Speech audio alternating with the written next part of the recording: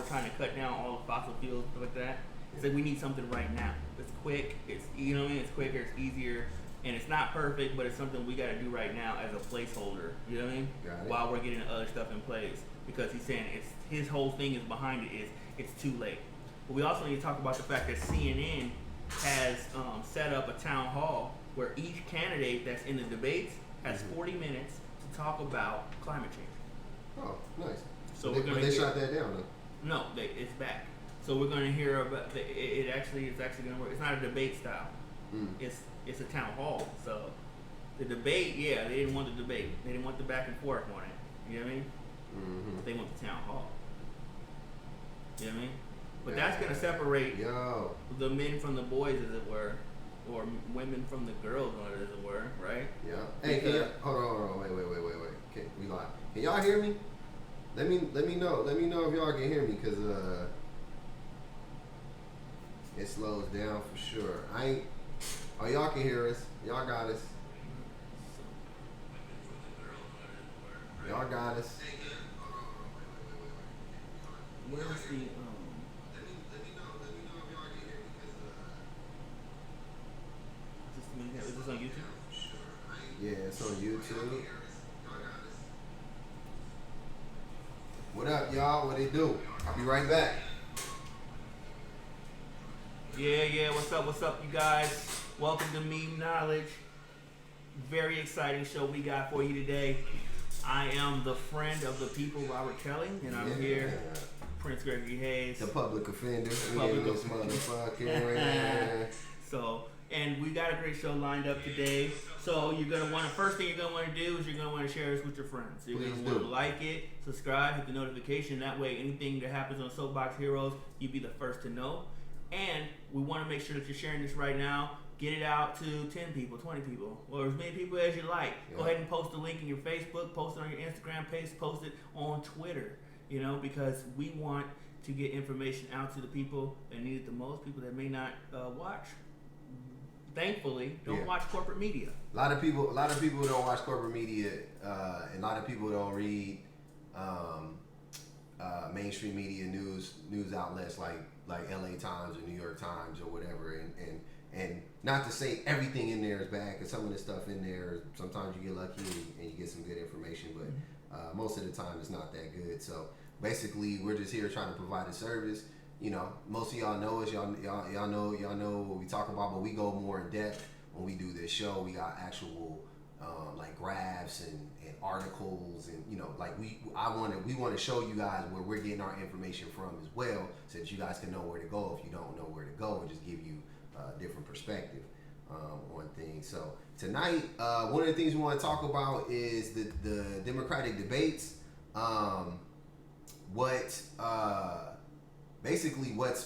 Who got on stage, because it's fairly interesting to me, even though at this point, I'll be honest with you, I think I got debate fatigue somewhat. I really don't care, because they keep cheating. They cheated Tulsi out of it. They cheated Williamson out of it. So they don't want, and it's not even to say like I'm like the biggest like fan of theirs or anything like that, because I'm not. But the DNC is trying to control what is being said on the debate stage as usual. You know what I'm saying? Because it is their debate. That's kind of the. A lot of times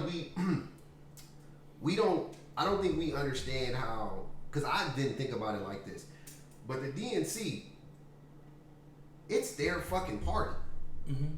Like, that's the thing. I think we need to remember. It's their part. Like, it's not the general election. When it's a general election, you gotta be like, or you should be, even though they cheat in the general election too. But you should be like honest, and the machines, and everything, the voting, the districts, but like everything should be right on the up and up. But then I started thinking about it, and I was like, if it was my motherfucking party, and I want to have a certain candidate, or I want to push a certain agenda or whatever, it's my fucking party. Like, I make the rules. I make the rules for it. It's just we got to the point to where now in America, we only have a two-party system. That's our fault as the voters as well. You know what I'm saying? Because we don't demand somebody create another party, or we don't, I don't have the ability to create a third party. That you know what I'm saying? Like Cornel West is a part of. He's been a social democracy party or Democratic Socialist Party for fucking like 20 years. I didn't even know that shit existed. Right. I 2 wish years Cornel ago. West would run for president. Nah, fuck that. I don't want him to run for president. I want him to push that fucking party though. Right. Every time he's on TV, he's talking about Democrats and Republicans. I want him to be like, well, this is the party that I'm down for. And yeah, I vote Democrat sometimes, and I would even vote Republican if they were talking the shit that I wanted to hear. Mm-hmm. But you know, I'm a part of this party, and this is why I'm a part of this party, and this is what we believe, and push that because that's the party that I want to belong to. And I blame. We're not talking about third party because we have other parties, obscure parties, and things like that, local parties and things like that in the United States that aren't well known. Yep. But we have a two-party system. But Yep. I blame those smaller parties. Reason being is because oftentimes what you see those parties like the Green Party. Why is the Green Party always you're running a presidential candidate and you're focusing your energy and you're focusing your funding and your money on a presidential candidate. You know what I mean? But the Green Party really has enough support that in some areas you don't think they can grab a Senate seat. You don't think they can grab a House of Representatives. Well, no. They do push for smaller. I think they have a seat in the House of Representatives. Do they have one? I don't think so. Well, they should. Yeah. Because there's localities and places where they could win those type of things. Mm-hmm. They should have someone in Congress. Because guess what happens if you get a senator?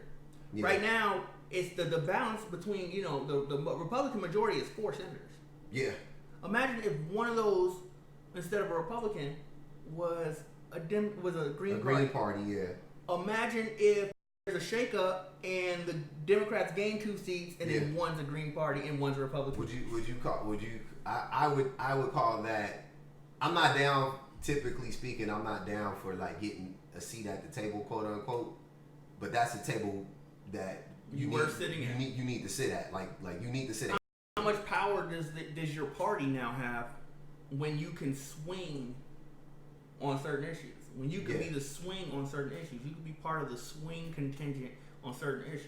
Mm-hmm. When people are now coming to the Green Party and saying, hey, and you use that as leverage to get certain concessions on other laws and get your agenda passed in certain ways. See, that's what I'm saying. Why are they doing that? Why are they focusing their money on running a presidential candidate?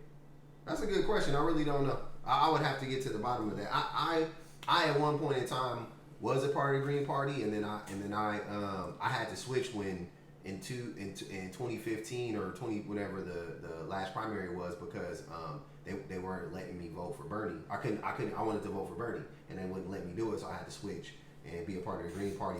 But so I'm actually a registered Democrat right now, but I don't give a fuck what I'm registered as. I'm not a Democrat. Like I don't vote Democrat. You know what I'm saying? Like I don't vote blue. Like that's not. I'd rather vote for nobody.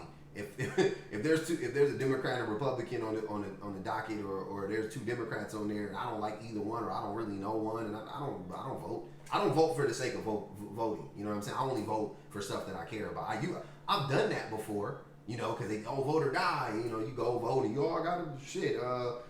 Hillary Johnson her name sounds better than Billy Quirkovich, so I'm gonna vote for him. Like that's the type of shit I used to do when I was 18 and 21 and shit. But like now, I'm like nah. Like I don't know. If I don't know, I don't vote. I don't vote. I don't vote on bills I don't know of. Like if I haven't researched the bill before, I'm passing on it because I don't want to mess it up. What if I'm voting for some shit? You know what I'm saying? Yeah. You know how tricky the language is too. So if you get in the booth and you gotta read it, no, you dead. Before I vote, I always, I get the little thing in the mail, and then I also get, of course, I look online and I, look at the way they're worded both ways. Mm-hmm. You know what I mean? They usually have exactly how it's going to be worded on the ballot. Mm-hmm. They have it exactly like that in the paperwork, Yeah, absolutely. So I just look at it and I make sure before I go, like I'm the guy that I've got something in my hand when I go to vote. I'm not just standing there. And they're like, what do you got? Well, I've already voted. Yeah, I'm just going to go fill out the ballot. Mm-hmm. I've already voted on the paper because I want to make sure that I'm filling it out correctly. Mm-hmm. So I take that to the ballot with me, and that's a good way to do it, you guys. That way you can sit down. Anybody that's registered to vote before the election, they're going to send you what's going to be on the ballot. It's going to be exactly where it is the ballot. Take time, go through it, read the statements from the candidates, read the pros and cons on all the things. You know what I mean? Mm-hmm. And then if there whatever you want to vote on it. If you don't know anything about it or you don't understand it, just don't vote on it. Yeah, don't do it. Don't vote on it. Or ask somebody that maybe is aligned like you, Mm-hmm. You know, because if you guys usually agree on a lot more issues, you guys will agree on certain other ones that you don't understand. You know, just asking for some clarity. You know, or you can go ahead and you can always hit one of us up. Hit us up on Facebook. I mean, if you watch the show, we'll help you. I don't tell people how to vote, but I just tell people to vote. Yeah. Because I personally don't tell people to vote. Yeah. No, I don't give a fuck if you don't vote. I mean, I want educated people voting. Right. That's what I'm saying right now. Like that, like I don't like it when people just get in the booth and just start voting just because, like, based on the program. Yeah, because somebody told them that their ancestors died for the right for them to, your great granny didn't die for you. And they also, if they died for the right for you to vote, they died for the right for you not to vote too. Because voting, that's what I'm saying. You can abstain from. Yeah, abstaining is just as powerful. You can protest the vote because you see what happened. Right. You saw what happened last time. That's a big reason why Trump won, was because people abstained from voting. Whole voting blocks, black people specifically in swing states in Milwaukee. There was a whole article on this. It was districts in Milwaukee specifically that felt slighted by Obama. They felt like they didn't get anything out of Obama's presidency, and they were pissed. They were hurt, like they were hurting economically from this, and from Obama being in office for 8 years, and they were all excited. They voted for him twice. Well, no, some voted for him twice, some voted for him once, but they all voted for him at one point in time. You know what I'm saying? And then when it came time to vote for Trump, or Hillary, it was like 8 of them. They did whatever. And it was like 4 of them didn't vote. 2 of them voted for 2 of them wrote in Bernie Sanders, and 2 of them voted for Trump because they were so fucking mad. You know what I'm saying? These are black men, like just working class black men, like in the hood, in Milwaukee. And Milwaukee was an important place on the campaign trail. Wisconsin. Wisconsin is one of those states. It's a purple state. It actually is blue. It's been blue for a long time, but yeah. Well, Obama carried it by heavy margins, and then Hillary lost Wisconsin, which was one of the shockers. For some people, right? But it also showed the power of abstaining.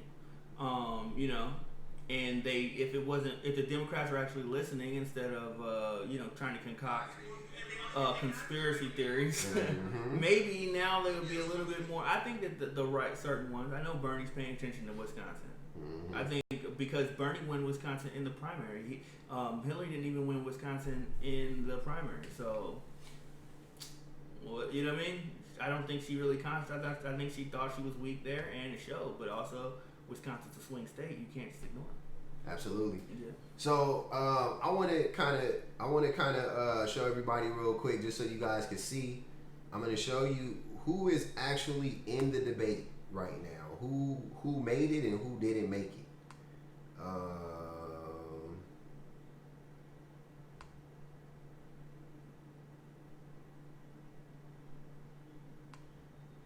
All right. So we got Uncle Joe Biden, who can't remember anything at this point, can't remember his name, can't remember Obama's name, can't remember what state he's in. We have Bernie Sanders, Elizabeth Warren, Pocahontas. We got Kamala, I Am That Girl Harris. We have South Bend Mayor Pete Buttigieg. We have Andrew Yang. We have Cory Booker, Beto O'Rourke, Julian Castro, and Amy Klobuchar. This shit is not exciting to me, like I said, for obvious reasons, because I can tell you right now, nobody gives a fuck about Amy Klobuchar. Nobody cares about nobody cares about Julio. Nobody cares about Beto O'Rourke. Nobody cares about Cory Booker. Andrew Yang is kind of interesting. Pete Buttigieg is kind of interesting to some people. And Kamala Harris, she landed a haymaker on Joe Biden. Seems like a lifetime ago, right? And she got caught with her own haymaker by Tulsi, and her shit ain't never recovered. And the mainstream media has all but bailed on everybody but Elizabeth Warren. They're not pushing Biden. They're not pushing Pete Buttigieg. They're not pushing Cory Booker, Beto O'Rourke. They're not pushing any of these other people. They're basically all in on Elizabeth Warren. like we were talking about earlier, the reason why is because they know to beat Bernie, they need like a strong ass presence early. Like they got to get it going right now because Bernie's momentum is crazy right now, right? So they know they can't be pussyfooting around and 1 foot in on Biden and 1 foot in on Elizabeth Warren. They got to just go balls to the walls on somebody. And Elizabeth Warren, in all honesty, is the only other viable candidate outside of Bernie Sanders. Oh, and viable in the loose sense of the word. I think she is chum for the Trump shark. Because I don't believe that anyone that used to be a Republican is now a Democrat. No. That no, that's not true. I won't say that, but I agree. I know what you're saying, but yeah, I won't say anybody, but with her, I don't believe it. No. Yeah, someone that basically went against her own ideological views to endorse Hillary Clinton in 2016. Did not even mention Bernie's name during the primary. Waited till the primary was over and basically started riding the proverbial nuts of Hillary Clinton. Yeah. And against her own ideology, by the way. And someone that seems to be, even though with great skill, great political skill, the most pragmatic person I've ever seen. Who? Elizabeth Warren. She's a people pleaser. Oh my God. I want to find that clip, but I totally forgot. I should have queued that shit up. I'm sorry, y'all, because I'm gonna have to tell you. So there was this video that I saw yesterday where Elizabeth Warren was sitting down talking to people who were formerly incarcerated, and they were like advocates now for prison reform. Of course, it was 80-90% black people in the room. And they were asking her straight, get to the point. What, you know what I'm saying? Like what plans do you have to actually help with prison reform? And man, oh man, did she fucking drop the ball. It was hilarious. So they asked her straight up, what plans did she have specifically? And she started talking about healthcare and putting people and giving, and she had how she had like how she had like a homes project to build some homes or something like that. I'm like, Jesus Christ, dude. And they let her get through her questions. No, they weren't like trying to. They weren't gotcha questions. They were just like, hey, I mean, you talk the talk. Like, what's up? So they asked, and then the girl asked her again. She was like, I want to know what are your plans specifically. And then she was like, we need to change. We need to grow as a nation. And I'm here to make, that's that fucking, politician speak. And man, it came off really, really bad. And it just showed me that she doesn't, like they say she has a plan for everything, or she says that, I got a plan for everything. But the funniest thing about that is, how don't you have a plan for fucking prison reform? That's one of the biggest things that's facing us as a nation right now, and she doesn't have a plan for that. The reason being is because she knows where her base is. She knows that the people that are voting for her and the people that are keeping her at where she's at in the polls, which is third overall in the polls, are college educated mostly, upper middle class white people. Mm-hmm. And so when she has a plan for that, she's making plans for stuff that they care about. Yeah. Like, that will also benefit some poor people, but like universal pre-K. Yeah. Things of that nature, which is a good plan. You know what I mean? Student loan debt forgiveness for everyone but rich people. No, it's like it's like tiered. Right. So if you make it's not, she wasn't forgiving it for even if you made under $100,000, she wasn't going to forgive all the debt. She was going to forgive 80% of the debt or whatever it was. So even then, it was still whatever. But she had it like tiered. So it was like, if you make over 150, you get 20%. Really, if you make under 150, you get da da da da. If you make under 100, you get 60%. Like, just politicizing it basically, because when some people get their student loan debt forgiven because they make less money.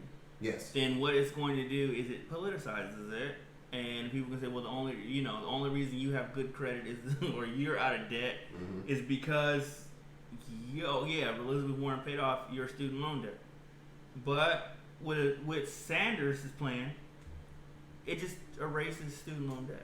Yeah, for everybody. For everyone. And it makes, public colleges free of charge. That just takes the politics out of it. I mean, even if you're a rich person and say you wanted to go to UC Berkeley because there's a nice, program, and it's elite program there, you would still go for free. Yeah. So rich people are going for free, poor people are going for free. It takes it depoliticizes it, just like that. And it takes the stigma out of it. And it makes America better. But that's the thing that's the where they try to fearmonger with that is that they try to get you on the poor people don't want to be paying for rich people to go to college, but the truth of the matter is that still the vast majority of rich people are going to go to private colleges. They're still going to go to USC. They're still going to go to Stanford. They're still going to go to Ivy League schools. Like they're not going to go to UCLA. And to be honest with you, and we're being perfectly honest, they can't get it. Most of them can't get into those schools. They're not that smart. Like rich people are typically. I don't think that they're the smartest. They're normal. They're normal. They're just like any other group of people. There's no amongst rich people, IQ is higher. Yeah. And even if it was against people that were self-made rich people, if you could take that section and say, well, their IQ was higher. Probably. Their kids aren't. No, I'm talking about the kids, not the. Right. Yeah. I'm saying for the kids' sake. So I don't know how that would. I don't know how that's supposed to work.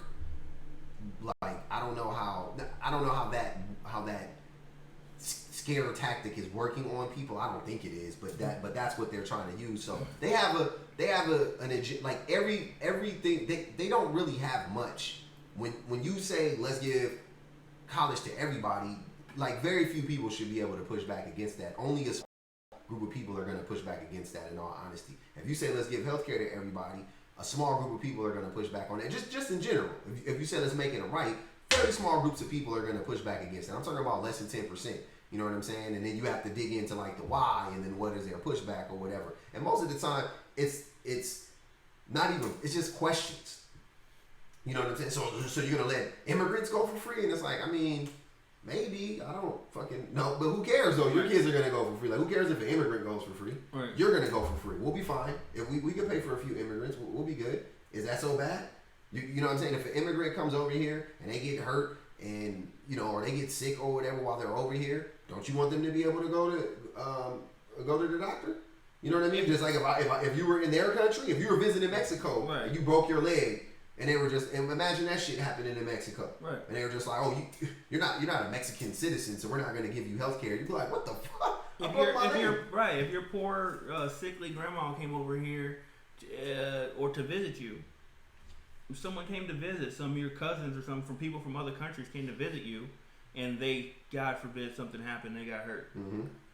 Well, do you want to have them? You want them to incur massive medical bills because they got hurt in the United States? Because the United States, it's very expensive out here. Yeah, right. Absolutely. Full price is very expensive. We spend more money on healthcare than anybody. So, is that what you would want to happen? Would you want them to have to fly on a plane with their leg in a splint or something? Or what? I mean, it's what do you want? But the overarching thing, when we're talking about Elizabeth Warren. And the overarching theme is point blank, it's compromise and lack of political courage. Absolutely. I mean, I could put up with the policy differences. You understand what I'm saying? At least they're good steps in the right direction compared to most candidates. Mm-hmm. But I truly cannot get behind someone that lacks political courage. Yeah, and they all do, except for Bernie. They all lack political courage. Right, and so we've seen. Elizabeth Warren actually just being pulled by the establishment. She recently met with the superdelegates. She pulled the same thing that Pete Buttigieg did. Yeah. Because this is the way that they're going to screw Bernie over. The first ballot, there's too many people. No one's going to make it on the first ballot round. I don't believe that. I thought that was going to be the case until Biden's slipping so fast. I don't think he'll be because Bernie is literally siphoning off Biden's votes. That's true. Like all of Biden supporters, they don't go to Elizabeth Warren, and Bernie doesn't take votes away from Elizabeth Warren. He's taking votes directly from Biden out of his pocket. Yeah. So once Biden's numbers, fall, another 10 points, and Bernie gets 10 more points, and he's at 30, and Elizabeth Warren's at 15. It's a wrap.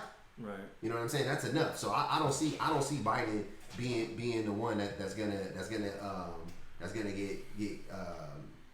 I don't see it going to the super delegates. You know what I'm saying? Let's hope not, because the super delegates, they're gonna fuck that. That is the establishment. Yeah. So let's talk about who's not in the debates. Yep. Tulsi Gabbard, not in the debate. Did not make the debate stage. She did have the 130,000 individual voter threshold. Yep. However, she did poll at 2% in a lot of polls, but just not the polls that the DNC was cherry picking and deeming to be valid. Absolutely. So my question to you, Prince, should the polls be more important than the amount of individual donors somewhere? Absolutely not. It should always come down to the money. Always follow the money. The polls are skewed. The polls are. I've been polled before when they call you and ask you and stuff. I've gotten that. You know what I mean? Like, it's like that shit means nothing. I honestly, I don't pay. I literally don't pay attention to the polls at all. You know what I'm saying? Especially after 2016. I don't know how in the fuck you could pay attention to the polls after they were saying that Hillary was gonna beat Trump in a landslide, and then a lot of polls are wrong. A lot of polls are wrong. Nate Silver, yeah. But yeah, so I don't listen to the polls. I follow the fucking money, and that's why I'm supremely confident in the fact that I think Bernie's gonna win, because I just keep looking at the money. I'm like, all these people that are donating all this money, they're gonna come out and vote. Right. They're not gonna pick up their phone when they see a number that they don't answer. Yeah. Or they see a number they don't recognize, but they will vote, and that's what Bernie Sanders is counting on. But I downloaded the Bernie Sanders app. Mm-hmm. I have that on my phone, and it's actually it's a nice app. They've just revamped it, so you guys give it a try. Look it up. If you're a Bernie Sanders supporter, look at the Bernie Sanders app. Yeah. Go on there and check it out, and it teaches you how basically to share, stances you already have on the issues with your friends, and how to gauge where your friends are. It's really intuitive. It's like really intelligent. It's almost like it allows Bernie supporters to become more armed. You know what I mean? Yeah. Because one thing you're gonna do, if you're a Bernie supporter and your friends know it, one thing you're gonna do is you're gonna get into political discussions. People don't. Yeah, especially in the black community right now. It's all right. So I've been wanting to talk about this. This is crazy to me. So a lot of my friends personally, a lot of people I know, black people I know, they will defend a person like Jay-Z. They will defend a capitalist. And then rightfully so, call him a capitalist. When you call him out for what he does, he doesn't care about people, he's a capitalist. He's trying to get money. Right? Yeah. Okay, cool. They'll defend him. But then if you talk about a person like Bernie Sanders, who has 40 years, a 40-year long fucking track record of doing the right thing, documented, they'll be like, I don't trust him. I don't like him. He's crazy, whatever the case may be. And then I ask them why, and they don't really ever have a valid reason why. And that shit shows me that we are still plugged in, and I hate to use the word, but we are still plugged into the matrix.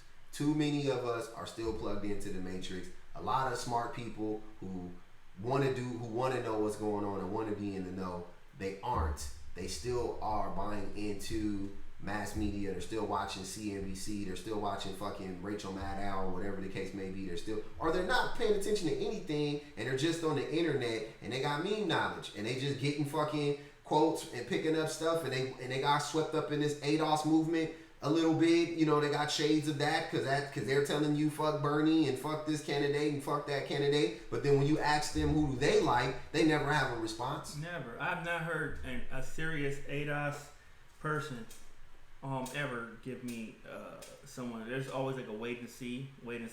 But the great Black Hope is not going to come riding in on any kind of horse saying reparations are bust for you guys. And the one that you guys should have been throwing your support behind, Marianne Williamson, didn't make the third debate. Yeah. So But but that's another person I think maybe her voice should be heard. You know, she's not in the debate. I mean, she's the only one talking about reparations, so I'm cool with her. I feel like we needed her to be on stage. Definitely. At least to be talking about that, because I'm all for reparations. He's all for reparations. But I'm not stupid. I'm not about to throw the baby out with the bathwater and be like, reparations are bust. Not right now. It ain't the climate for it. I could. The writing's on the wall. I'm cool. I hate incremental change. I really do. But the stuff that this system is so fucked up, we got other problems that we need to address, as well as we need to get ours too. We need to get our apology. We need atonement, right? Like, I'm all for all of that shit. But all that is not gonna mean anything if you're sick and you're dying, or you're bankrupt, or you go to college and you can't afford to pay the loan. You know what I mean? Like, you're in debt for 20 years or whatever. You're paying back $100,000 over 20 years, and you can't buy a home, and you can't buy a car, and you don't make a living wage. Like, these things are just as important to me as reparations are. Yeah.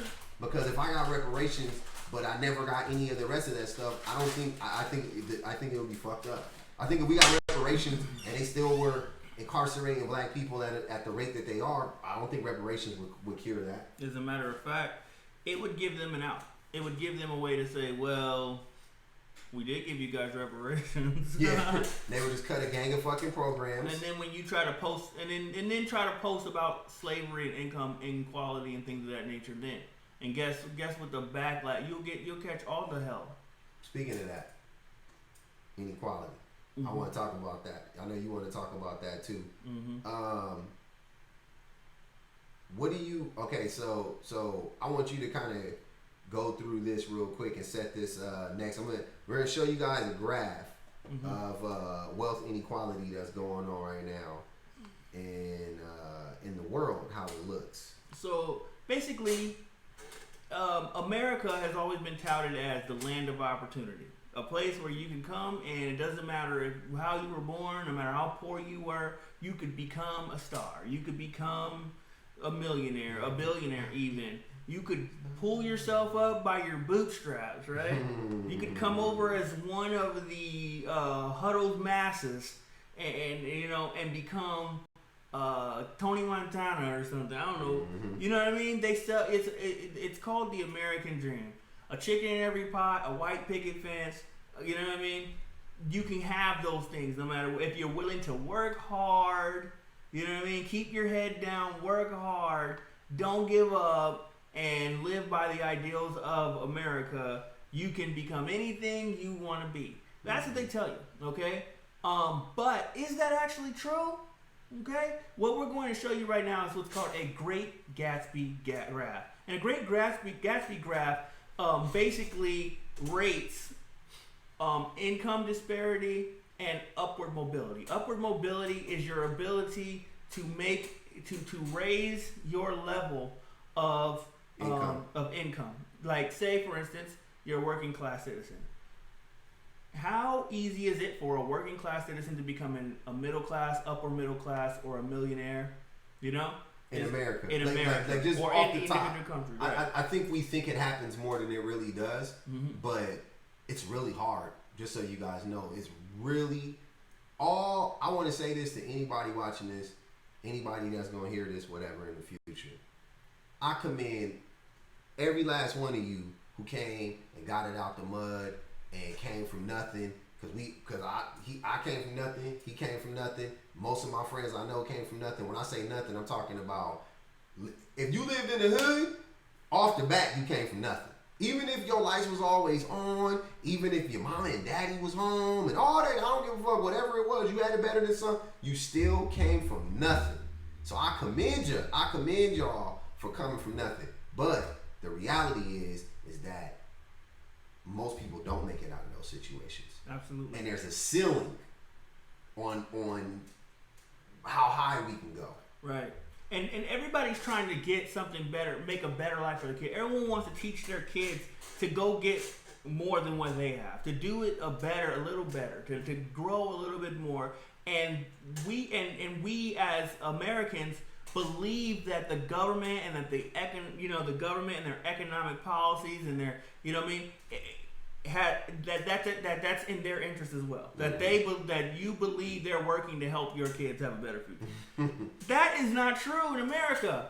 And we're going to show you with this Great Gatsby graph. If you to look over at the graph, basically the on the left here, the chart going from bottom to top on the left, that is a rate of your upward mobility, your ability to come from low income, low class to high income, upper class people. Okay, so the higher that you are on the graph, it means the less income mobility that you have. That means the less chance you have of actually moving up in the world. Now, if you look at the bottom of the graph, from the bottom to the right, from left to right, you're going to see what's called income inequality. Which nations have the most income inequality? So where you fall in the graph, if you're somewhere in there, the top right, that means you have very little mobility and a large amount of income inequality. So when we look at this graph, whoever's on the top right, those countries are the ones where if you're born poor, you're probably going to die poor, and your kids are probably going to die poor as well. Where are we, and where is the USA on this map? We're the worst. On this one. On this of course, these aren't all the countries in the whole wide world, and we know that. But these are a lot of developed countries, and I'm sure somebody's going to be like, "Oh, well, they're cherry picking," and da da da da. That's not the point. This is America.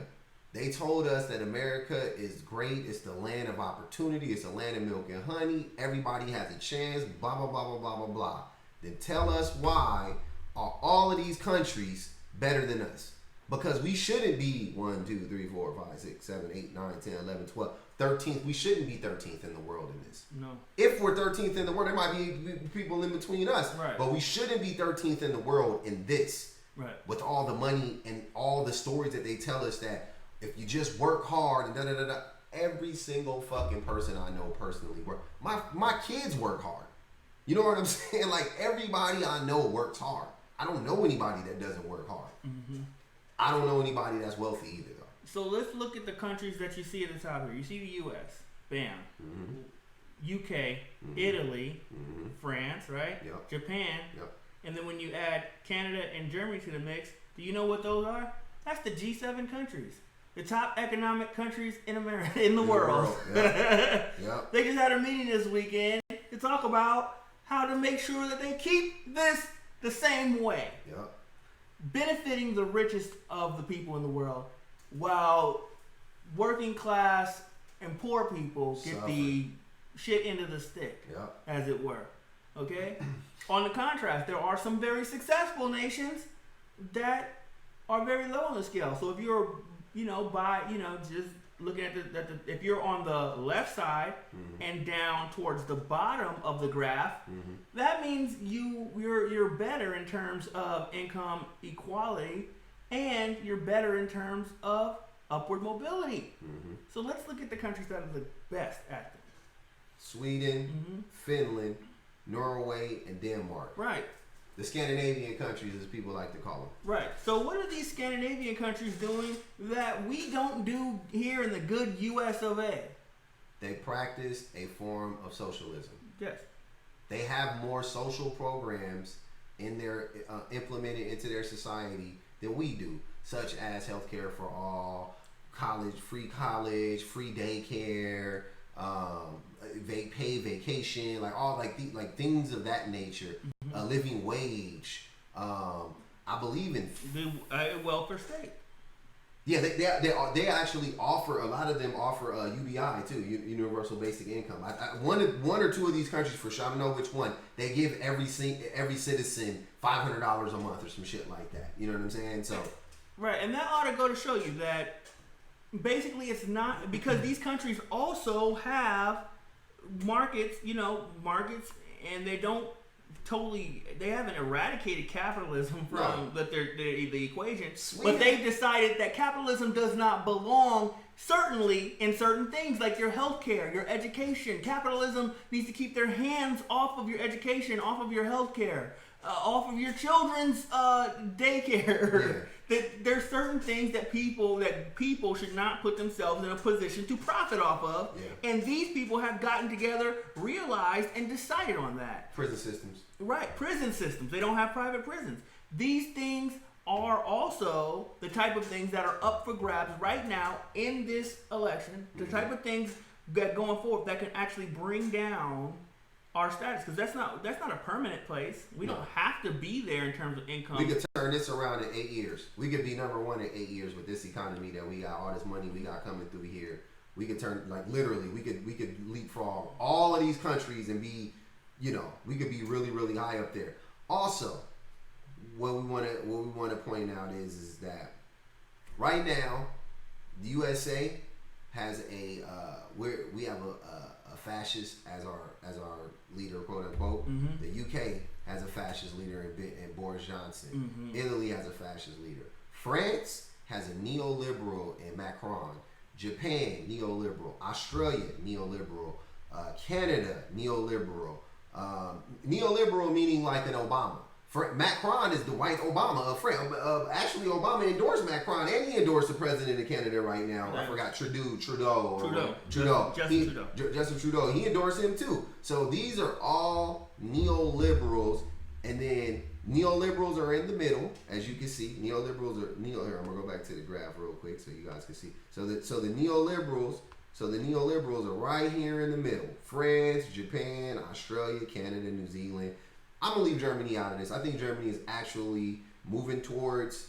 They definitely have some great workers' policies in terms of the way that they'll balance out the workers with the large corporations. Yes. In terms of the board members and things of that nature, they do a lot of good things. So. I think they're moving. I think they're moving in the right direction. Mm-hmm. But yeah. So you got neoliberals in the middle. You got straight fascist right-wing motherfuckers up here at the top in the USA, UK, and Italy. And then I guarantee you, if you go back, like I saw another chart that had more countries. Brazil was behind the USA. What's going on in Brazil? Yeah, Brazil, India, places like straight that. Right. Brazil and India, straight right-wing. Philippines, straight right-wing leaders right now. Like, conservatism is terrible for people. Like, it really is. Like, I'm not. It's terrible for the working class. Conservatism just means that they want to keep things the same. If you can go to, like, I would want to be a conservative if I lived in Sweden. I could, whatever, I would want the status quo in Sweden right now, whatever that is. I'll be trying to keep it similar. I'll be like, yeah, let's keep it like this. Shit's dope, man. Shit. Right. Everybody's eating. We're doing good. It could be better, I'm sure. Or, yeah, and also conservatism is also a return to the past. That's what you get, Make America Great Again, things of that nature. So if you hear about, that's why I always say, you see a white person, that says, oh, they're conservative. Mm-hmm. You want to go back to there are no black people that want to go backwards in America. No. Well, some black people do. Well, they don't. They just don't know any better. Yeah, cause some black people want to go back before desegregation. Mm-hmm. I've heard that before. Like, yeah, I wish we could go back before desegregation. I'm like, it's like, well, you don't remember. They act like the people that were fighting for segregation were brainwashed into thinking that they want. But that's just you're out of touch with history. You're not reading any of the writing because there's a lot of historical evidence. Martin Luther King wrote a lot of speeches. Yeah. You can understand when Martin Luther King was fighting for integration and things of that nature. Mm-hmm. He will tell you why in his writings, in his speeches, is well documented. Same thing with these Medgar Evers and these other civil rights that they did a lot of writing and they did a lot of speeches. Or you can go back even further than that. If you're talking about W.E.B. Du Bois and talking about his fighting for integration, he'll tell you why he did it. Marcus Garvey and W.E.B. Du Bois they were against each other, right? But also Carver was against Du Bois as well. Yeah, it was actually Carver that was really because Carver felt like we weren't ready for integration without education. Yeah, but they let you know. See, we know this, and we didn't know any of these dudes. Yeah, but we know this from reading books, and we know this from the fact that they left a trail of history of we can understand why they felt the way they felt. And if you think that these dudes were brainwashed into thinking that they wanted to be like white people, you got another thing coming. Yeah. That had nothing to do with their decision. No, it didn't. I don't think it did. Right. And the only people but that's the rhetoric behind people that say we need to go back to segregation. They believe that the people that wanted to desegregate just wanted to be like white. Be like whitey. But that's not the case. And Martin Luther King Jr. actually eventually, like, he made that famous quote. He said, "I fear that I have integrated my people into a burning house." You know, so I think he did kind of renege on segregation. I think he did kind of go back and was like, this shit is whack. And he talked about that though in a interview with Playboy magazine. Nonetheless, because Playboy used to be a serious publication with naked women in it. But in his interview with Playboy magazine, he talked about how black people weren't necessarily ready to compete on a global. This is a global game. Yeah. They weren't ready to compete, but when you integrate now, it's competition. Yes. And so that's why I don't understand the desegregationalist capitalists. Yeah. Because that means that the only reason is you want to go back and level the playing field so you can compete and beat other blacks. So you want to be on the top of the pyramid against other black people. Yeah. And that's all that means. You want to reset. You're one of those kids that when you was losing a video game, you wanted to reset the damn game. Yeah. And you know what I mean. And then set your little sliders all the way up and make them made up players and shit like that. So you know what I mean. You want to take advantage of other black people. Mm-hmm. That's why you're like, man, if I could just compete just with these black people, I'll be dope. Yeah. But when I gotta compete on a world market, I can't do that. But little do you know that if everything were equal, you probably wouldn't be the dopest either, though. Just FYI. But yeah, so that is very important for us to keep in mind is that these countries that are America, UK, whatever, we are living in a fascist country. We are living in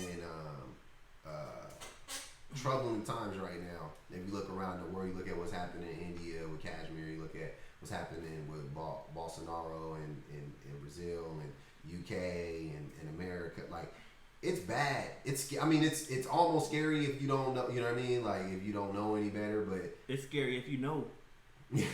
Could be scary if you know. Right. True. But I don't. But I'm. People like to say I'm a pessimist, right? Like I'm really not a pessimist. I really like to think. I don't always see the bad in everything. I just try to see things for what they are, and most things that are pushed by,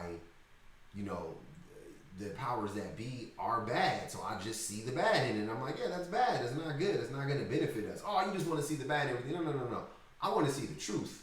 And I want to see the angle, because I'm all about what the fuck is the angle. Okay, well, what are they going to get out of this? Mm-hmm. Okay, cool. How's it going to hurt us? Oh, it's not? All right, cool. Right? But if I could see that it's going to hurt us, I'm like, this is going to happen. Or at least allow, people to say that shit before you vote for it. Yeah. Before you allow it, let somebody say it. Yep. And if you still allow it, you still allowed it. But don't say nobody told you. That's the thing. Sometimes people like to live in ignorance. Yes. That's why, and I think that that's one of the criticisms that I have against the ADOS movement, because they're not doing anything to fix this. They're not going to do anything. Reparations doesn't fix the income inequality and the upward mobility thing. Mm-hmm. It doesn't fix it. At all. But there are other ways in conjunction with reparations to fix that. You know what I mean? But why are they not worried about that? Why are they not attacking the actual pillars itself? I think they're afraid. It's safe. It's safe to just say we want reparations. We want reparations. That's safe to stand outside of a crowd and say we want reparations. Mm-hmm. That's the safe thing. Mm-hmm. To say we're going to attack white supremacy at its core. Yeah. That's the hard thing to do. Mm-hmm. And system by system too, not just one. You know what I mean? Because they're just really just focused on this one thing. But I'm like, what about the environment? What about the environmental racism? Right. White supremacy is a house is standing on certain pillars. Yeah. And the pillars are capitalism. One. Right. Mm-hmm. It's military industrial complex. Right. Prison industrial complex. Education. Exactly. Education. Those are the main ones, but there's others too. There's tons of them. Environmental. They've made this a very secure. White supremacy is very secure. Yeah, they got it locked down, baby. And they also have, you know, they have media arms, they have military arm, they can get you at every single turn, every corner.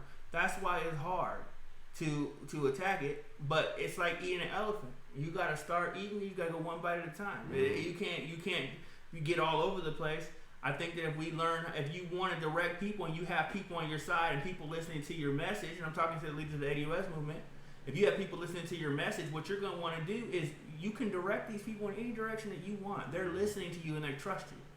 Point them at the bottom of that pillar and tell them start going at it. And we can start anywhere. And you don't need reparations to do that. You don't.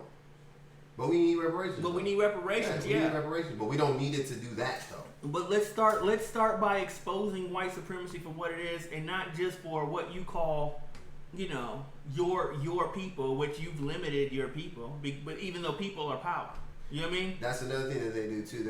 I don't know why we're talking about them, but I'm talking about them because I find them very, very disruptive right now. They also don't make the connection between what's going on in America to what's going on in Venezuela to what's going on in Kashmir to what's going on around the world, because all in Mexico, all of our movements are connected. Right. What's happening in Palestine. Like, if you're not mentioning Lula da Silva, if you're not mentioning, you know, what's going on, you know, in India for sure. Yeah.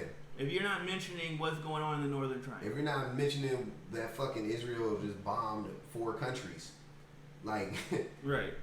Basically they're the military arm in the Middle East for America, for white supremacy. If you don't recognize these things as they are connected to us, then you are fighting a losing battle. Like, you're not gonna win. And then they attack Jewish people. Yeah. But they attack American Jews.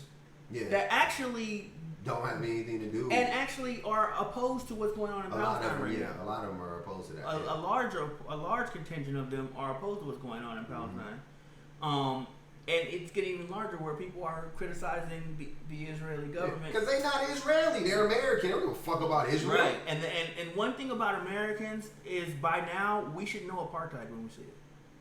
Americans don't know shit. Americans, especially yeah, man. Americans we should know apartheid. That's why the whole thing with Trump and his racist thing. People were like, well, every time Trump does something that's actually racist, somebody asks, well, is he actually racist? Don't ask if he's racist. If we say he's racist, he's racist. Yeah. Black people know a fucking racist when we see one. Point blank, period. A lot of black people do, but I could show you. I'm gonna actually show you a question. Keep going. I'm gonna show you a question right now. People don't understand it, you know. And then on that tip, do you want to even have to ask that of your president? Is he racist? Or is that racist? Or I don't know if that's racist. Do you even want to have that conversation when you're talking about your president? It's not enough just to not be racist. How about an anti-racist president? Yeah. How about a president that actually seeks out to destroy racism? Yeah. How about someone that actually seeks out to destroy white supremacy? How about someone that actually looks to equal the playing field? You know what I mean? You guys don't look at the character of the people. You just say, are they going to give me a check or not? And that is so short-sighted. It's actually evil because you're sucking people in that don't know any better, and a lot of times you're doing them a disservice of information. So I want to show you guys this. This is the type of shit that we got to stop doing. This shit right here is frustrating to me. So somebody posted this. It says, only in America could a president achieve the lowest ever black unemployment, have black business startups skyrocket over 400%, see wages go up for black workers, sign prison reform, pardon wrongly convicted people of color, and still be called racist. Okay, so this stuff, I want people to, let's put these things in context, because I hear numbers a lot and stats a lot, and then people don't know what goes into making those numbers. Like, just for an example, the unemployment rate is bullshit. That's a bullshit stat. It really doesn't reflect the conditions that we're living in. I'll give you two reasons why. A, what does it matter if you work but you still can't afford to live where you in your city? Like so if you live in LA County, but you work like fucking 90% of people do, but you can't afford to live there. You're struggling to live there. Then what's the use in having a job? I would rather not work if that's the case. I would rather poor regardless. I'm gonna be poor regardless. I'd rather be on government assistance, and at least I ain't gotta go to work and stress myself out. That's one thing. And the second thing is the way that the unemployment rate is configured or figured out or whatever you want to call it. Basically, if you haven't worked in so long, they exclude you from the unemployment statistics. You're taken out. Right. So if a black person is homeless and they haven't worked in 2, 3, 4 years, they're not on that list. Exactly. So who gives a fuck if the unemployment rate is so low right now? It's a gang of Have you seen the homeless explosion in Southern California? There are so many homeless people in Southern California. You think the majority? No, I'm sorry. The majority of them, I'm sure, are white.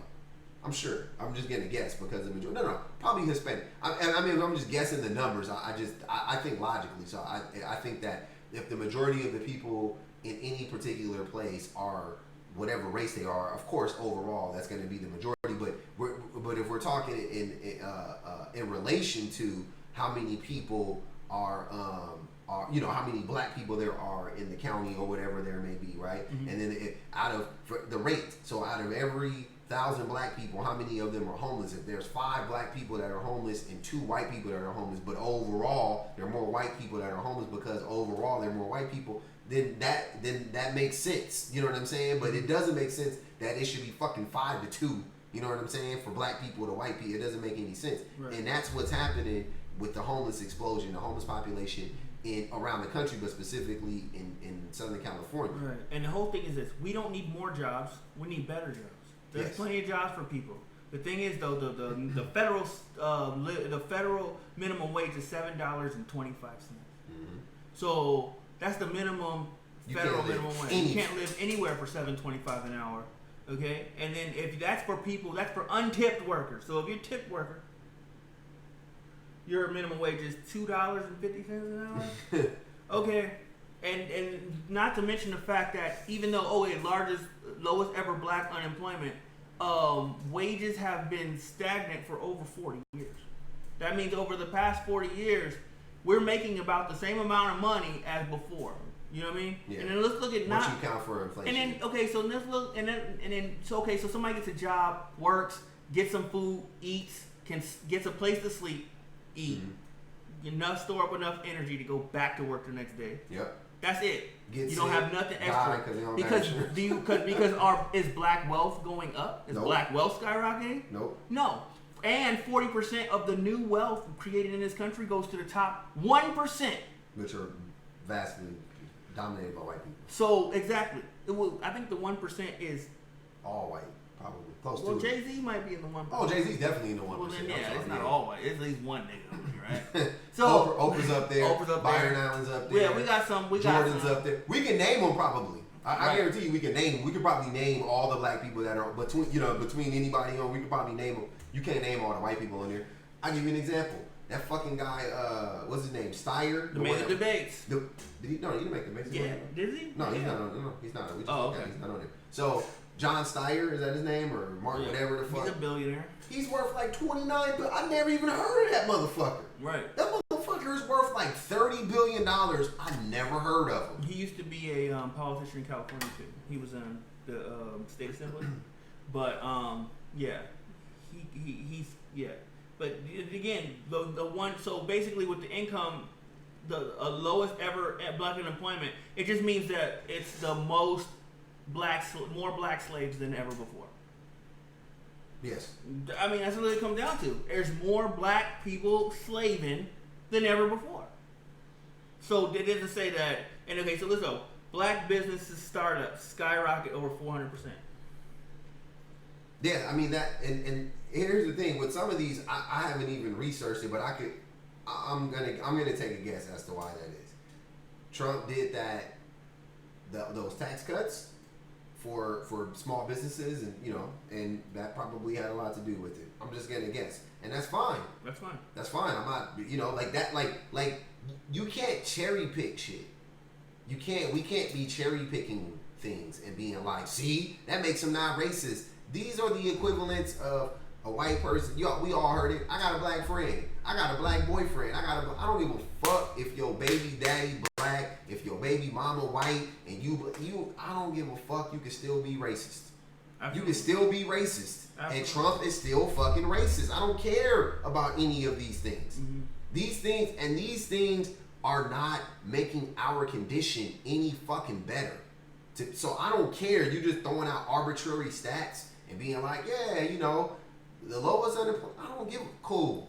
And to see wages go up for black workers, black people, 40% of all minimum wage jobs are owned by black people. Black people make up 40% of the people that work for minimum wage. And we're only 15% of the population. Exactly. So kill that noise, okay? It's not good enough. It's not. You know what I mean? And wages going up for black people. Did you know that since Trump's been president, that a lot of states already had laws in place to raise their minimum wage? Like, for instance, California's minimum wage went up. It's going to 15. It was already going up to 15. It's going up to 15, but it's in stages. So it's been going up. So but when Trump got in office, it was $10. And you know why? And now it's $11. And black wages have gone up. Yeah, true. And you know why? And you know why though? You know why Cali is doing that though? The $15. They tried to beat the They know that in California, $15 ain't good enough. $15 is they're fighting for $15 minimum wage for it to be federal. Mm-hmm. Right? Right now it's what, 7.5, right? Okay, so 7.5 federally. In California, it ain't even 7.5 in fucking 5, 10, 7, however many years. It's been $10 for 4 or 5 years now, at least, right? So we know $10 ain't enough. How many of y'all can live on $15 an hour? $15 an hour for 40 hours a week is what? $600 a week, right? Times 4 is $2,400 a month. $2,400 a month, gross. Net, that means you're taking home $1,800 a month. Bare max if you claim 9 in your fucking right. Whatever. That's right? a family. That's a family of 4, and don't nobody work but you, bro. You claiming 9. You claiming 9. You getting $600 taken out your check. $1,800. That's before you pay for insurance. That's before you pay for daycare. That's before you pay for food. How in the fuck can you live on $1,800 a month in Southern California? It ain't gonna work. Even if you got a roommate, you can't make it with $1,800. Think about it like this: your rent is $1,300 up. Usually. Oh, easy. LA County. Your rent is gonna be like $1,300 and up. And so you got your extra $5 for the rest of the month. Good luck. You can't live on your own. And they try to make us. They try to tell us that we need to live with a roommate and They keep telling they telling poor. They try to act like the reason why we're poor is because we make bad decisions, and that's not why we're not poor because we make bad decisions with our money. We're poor because we make bad decisions in our leaders. Right. And not only that though, think about it like this. Because somebody tried to say when I was talking about Medicare for All with someone online, and the young lady, she meant well, but she said something about people need to make better life choices. That's what I so that they don't have problems buying health insurance. And I was like this: no matter what happens in this world, the economy could boom right now. Someone's still gotta cut your grass. Somebody's still going to serve you Starbucks. Mm-hmm. Somebody's still going to serve you at Walmart. Mm-hmm. These jobs are still going to be there, and someone's going to have to fill them. Mm-hmm. Should that person that decides to fill that job or needs to fill that job, should that person go without health care? Period. Yeah. No. Because it's not necessarily a bad decision. It's not the reason you're at Walmart. Yeah. You're at Walmart because somebody has to be there. Yeah. You're cutting grass, and it's supply and demand, right? Yeah. You're a landscaper because people need landscaping. Is everybody supposed to say, you know what, I can't do that because it doesn't pay enough? No, they're not going to. But those jobs should, just because you have one of those jobs, which will still be necessary no matter how big the economy is, still necessary jobs. No, they'll tell you, they're made for really old people or really young people. And it's like, no. Okay, really young people, should a really young person not have adequate insurance? Well, you get your Yeah, parents' insurance. yeah. They're gonna say Oh, so. your Yeah. parents should pay for your. No, I don't want to pay for my son's insurance after they're. What if fucking my son 27 wanted to years old. lift himself up by his bootstraps, like y'all keep saying? He shouldn't be What working if you at don't Walmart. want my help? What if He we sh- independent? He shouldn't be working at Walmart then. He shouldn't be working at Walmart, according to them. Well, someone's still gonna have to do those jobs. Someone's still gonna have to work agricultural jobs. Somebody's still gonna have to work, low-level construction jobs. Yep. Someone's still going to do that. Somebody is still going to deliver your Uber Eats. Yep. Should those people go without health insurance? And then what about the people that you remember they said these 400% black startups, small businesses? Mm-hmm. Okay, if you guys have employees, do you guys pay for your employees' health Yeah. insurance? How are you gonna do that when you're just a startup? Yeah. You know what I mean? You got What 12 people working what for if you. you want to leave your job and you want to go and start your own business? What if you want to go back to school? What if you wanna go back to leave your job and school? go back to school? Right. So you can pull yourself up by your bootstraps. Right. and What if you get education. separated from your job through automation? What if there's a lot of different scenarios? Should you, because it's something outside of your own control, should you lose your ability to Yes. take care of yourself? According to them, yes. Well, according to That's them, you right. made a bad life choice. There's people working at great jobs that get severed. Yes. They had a great job until they got severed. They should have saw it coming. Right. They should have diversified their portfolios and It's like, Yeah, and the only place, America, automation is taking a lot of jobs right now. it is. But only Right, in talks about America, something. only in America can you get replaced by automation and blame an immigrant. Come on, dog. Let's get it. Like, let's wake up. Let's wake That up. shit's crazy. The reason that you're being separated from your job, the reason that is because capitalism ensures that the bottom line, always make sure that the people that protect the bottom line are always rewarded, and they always pick profit over people. Plain and simple. There's not no guy sitting around in a room like, I don't care if they made $1 billion last year, and they're trying to make $1.1 billion this year. Oh yeah. And if it means firing you and your coworkers in order to do it and replacing you with machines, they will do it. Yeah. They got all those tax cuts. Forgot it was a car company. It was like Ford. They got all those tax cuts and they laid off like 5,000 people. Right. Like the next day, they got all the tax cuts. Trump's like, "Boom, we're gonna give all this money to the top." They're like, "Cool, thanks." And we're firing 5,000 of you guys. So we need to show our shareholders that we made a 2% increase. Right. We were at 1.5 at that point. So Right. yeah. I was talking to D. Johnson today, and I was telling D because he was talking about how the trade war and people they're talking about it's going to cost people jobs. I said it's funny how whenever they give tax cuts to the rich people, they don't create more jobs. They do stock buybacks and they give bonuses to their CEOs and stuff. But whenever they something loses, they don't take it out of the profit. No. They cut jobs. Yeah. I was like, it's like you can't win for losing with these people. It's like whenever they're cuts, it's gonna affect you. Bam. Whenever they get a surplus, it does not help you though. Nope. And people are just too dumb to recognize that. I think. I don't know if they're too dumb. I think it's people they're like, I gotta work somewhere. I got a family to feed. Yeah.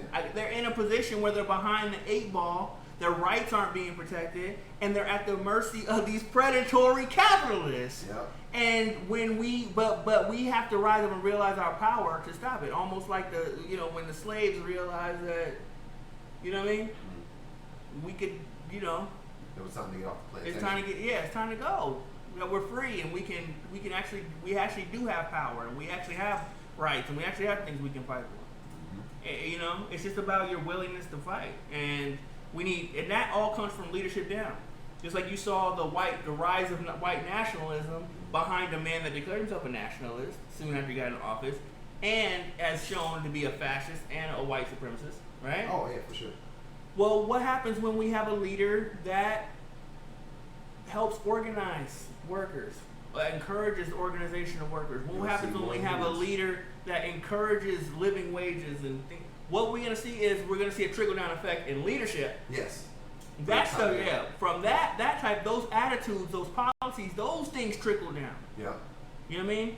Because I think there's a lot of bureaucrats that want to have the power to do a lot of good things for people, but because of the policies that are set over their head and the oversight, they're afraid they can't do it. You got a way. You definitely have a more optimistic view about people than I do when it comes to that. Because I think that the motherfuckers that's in there don't give a crap about people. For the most part, because they're rich. You know what I mean? I'm just being real. The majority of them are rich. The majority of them, people become politicians.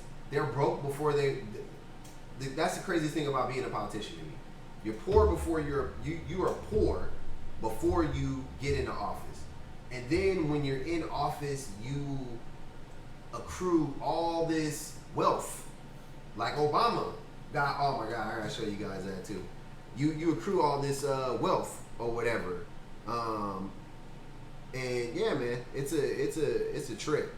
It's a real life. It's a situation. Hold on, y'all.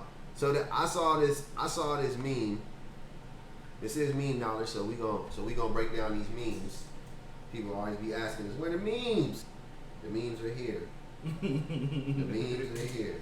Hey, if you're watching, click the like, subscribe, click the notification bell. Make sure that you get every single thing we have to offer. TYT. Where the hell am I? Soapbox Heroes has sports now. Hey, Soapbox Heroes Sports.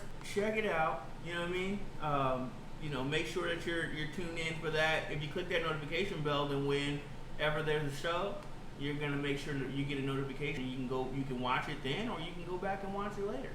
All right. So I wanna touch on this meme right here. It's a fascinating meme to me. It says, when you preach climate change, income inequality, and racism are America's biggest problems, and you buy a $15 million mansion on the water in an all-white neighborhood.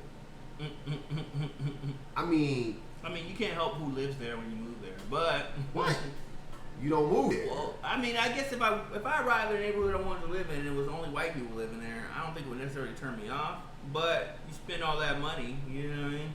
Shit, man. I'll tell you this: if I got that much money, I'm not living in an all-white neighborhood. That's just me. I'll buy up the neighborhood. I'll buy up a black neighborhood before I move into an all-white neighborhood. You pull a Cory Booker? What Cory Booker? Cory Booker lives in. He lives in New Jersey. Newark. Yeah. Yeah, in the same neighborhood he grew up with. Yeah, that's me. I'm more on that shit. But I bet you his apartment is plush. Oh no, my house gonna be dope. My house gonna be dope. I'm not gonna overdo it, but my house gonna be nice. I'm not saying that. I'm gonna have the nicest little loft, whatever to accommodate in that area. I'm gonna have the nicest one on the block. Absolutely, absolutely, easily. Don't worry about that. So I found this interesting because it says, to me, Obama talked all that shit, and Obama wasn't worth $80 million when he was a president. He was a millionaire, but he wasn't. No, he wasn't. He wasn't a millionaire before he became president. He was not a millionaire before he became president. No. Obama was in charge. Obama was not wealthy. He was good. You know what I'm saying? He was a lawyer. He wasn't like the most successful. I don't even think he was I don't think he was practicing. Though. No, his wife, Michelle was. She was practicing lawyer. But I'm saying they weren't millionaires. They were affluent. They definitely like if he never became president, Obama probably would have ended up being a millionaire. In the private sector. In the private sector, I don't think he would have been worth $100 million, something like that. But he definitely would have ended up being a millionaire, no doubt about it. But he wasn't a millionaire. Maybe he's doing MLM. He was not. Hey, Obama called me up to join his MLM. I'm joining, bro. I'm not fucking with him. You can fuck with him. You can fuck with him all you want to. I'm passing. Got them energy drinks. Yeah, I'm passing. I'm passing on anything coming out of. I'm not fucking with Obama. Got that what is it? Got that Primerica. Nah, I got that what's this shit called? Where everybody be drinking the big Gregory shakes y'all be drinking. Green. What's the shit, man? Like the fitness workout shit. Oh, you're talking about Herbalife. Yeah, everybody want to be Herbalife with it. But yeah, so Obama after he became president got a gang of money.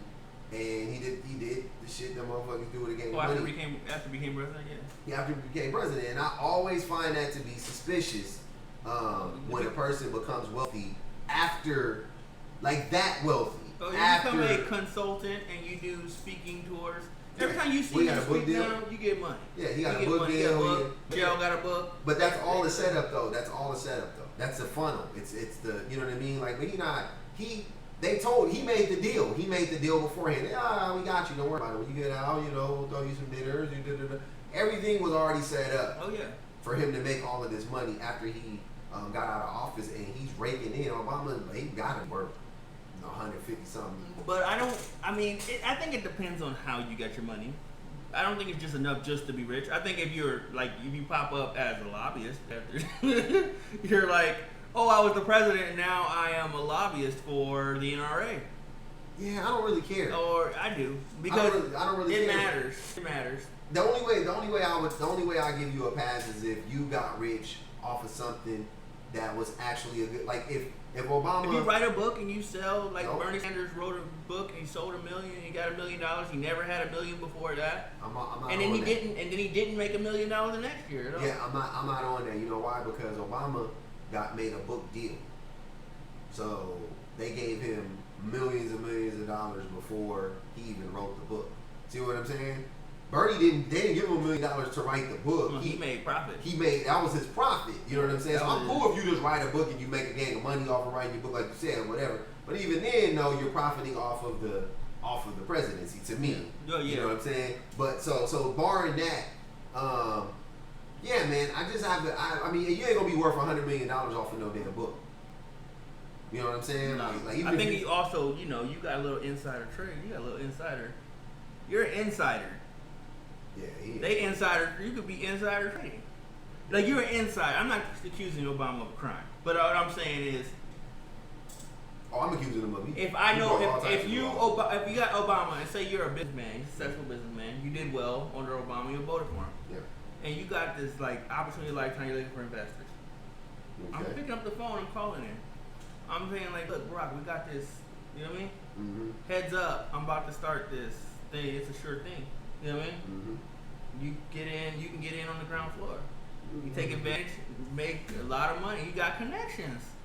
Yeah. Connections, power makes you money, dog, all day. It does, and he made the move beforehand, and now he got the power. He got the juice. Right. There's a difference between capitalization and corruption. But he's corrupt, though. That's what I'm saying. I ain't no way around it. Like, he's corrupt.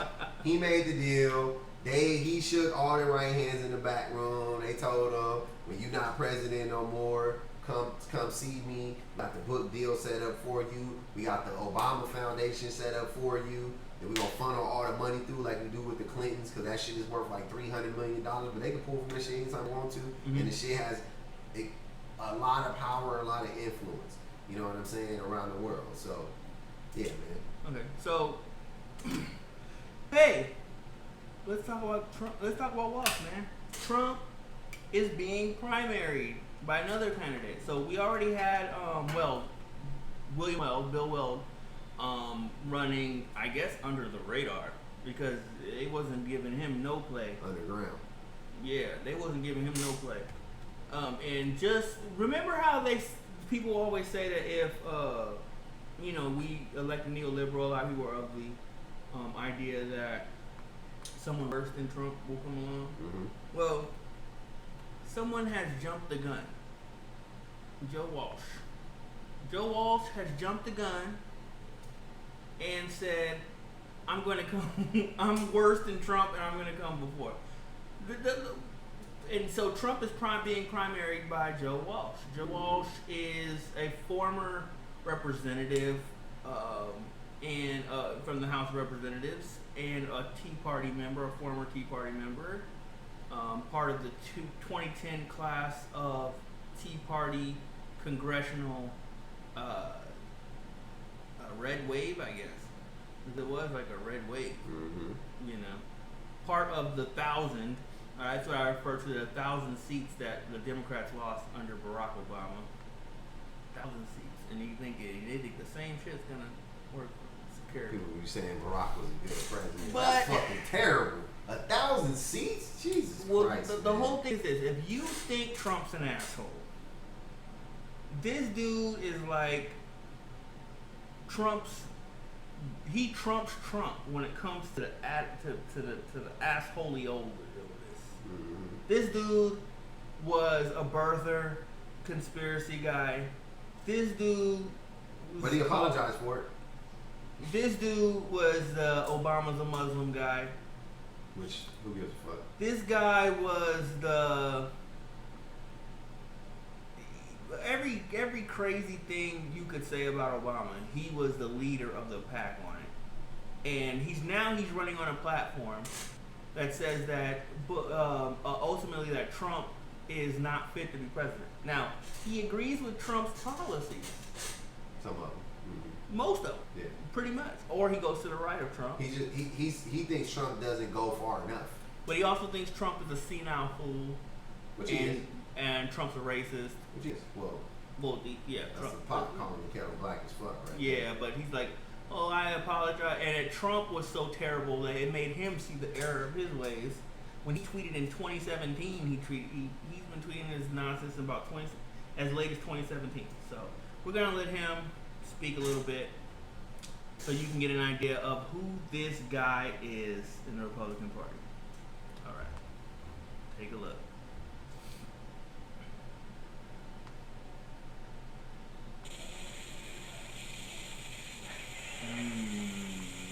Steak.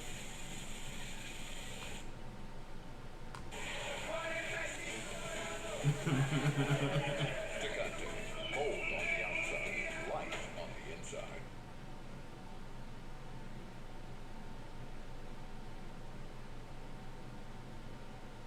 Apocalypse.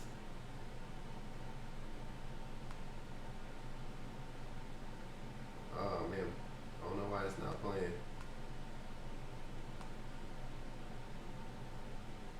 Huh.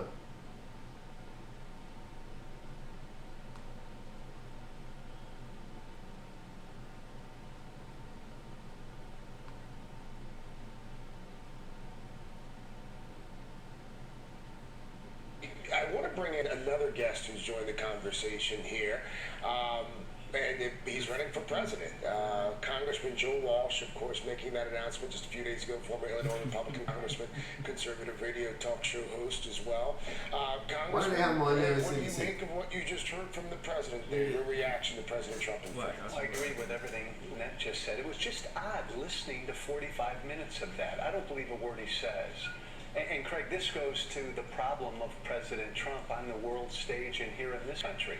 We're in a situation right now where you really can't believe what the president said. He told us today he's losing $3 to $5 billion being president. He said Obama lost Crimea. You can't believe anything he says, and I agree. This whole notion of talking about Doral, wanting to have it at Doral because Miami's a city. It's just rather unseemly. NBC News, Wall Street Journal poll. And you've probably seen these numbers. We asked Republicans specifically how President Trump is doing so far. An approval rating, 86% right now. 86% of Republicans said that they approved of this president's performance. What do you see as a path to success when there is apparently such strong support among members of your own party? Who is the Joe Walsh voter?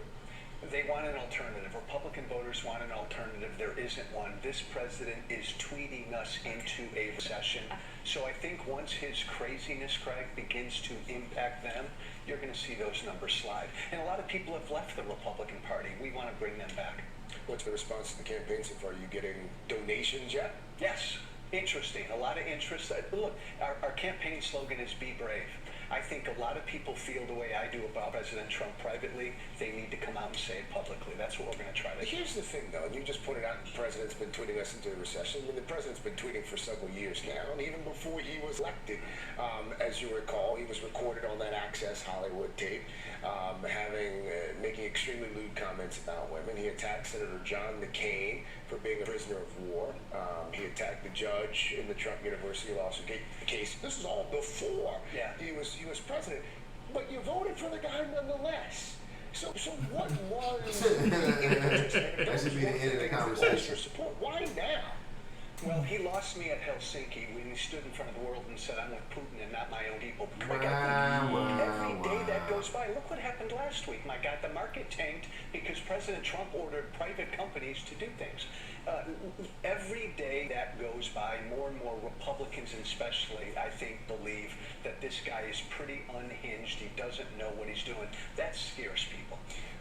You have been asked and apologized in a number of interviews I've seen you read for some of the things that you have said yourself in the past. I mean, you were a birther before we even called them birthers. You've also said that the former President Obama was elected because he was black. And then in 2017, you wrote, quote, "I'm sick and tired of the Sandy Hook parents. They're part of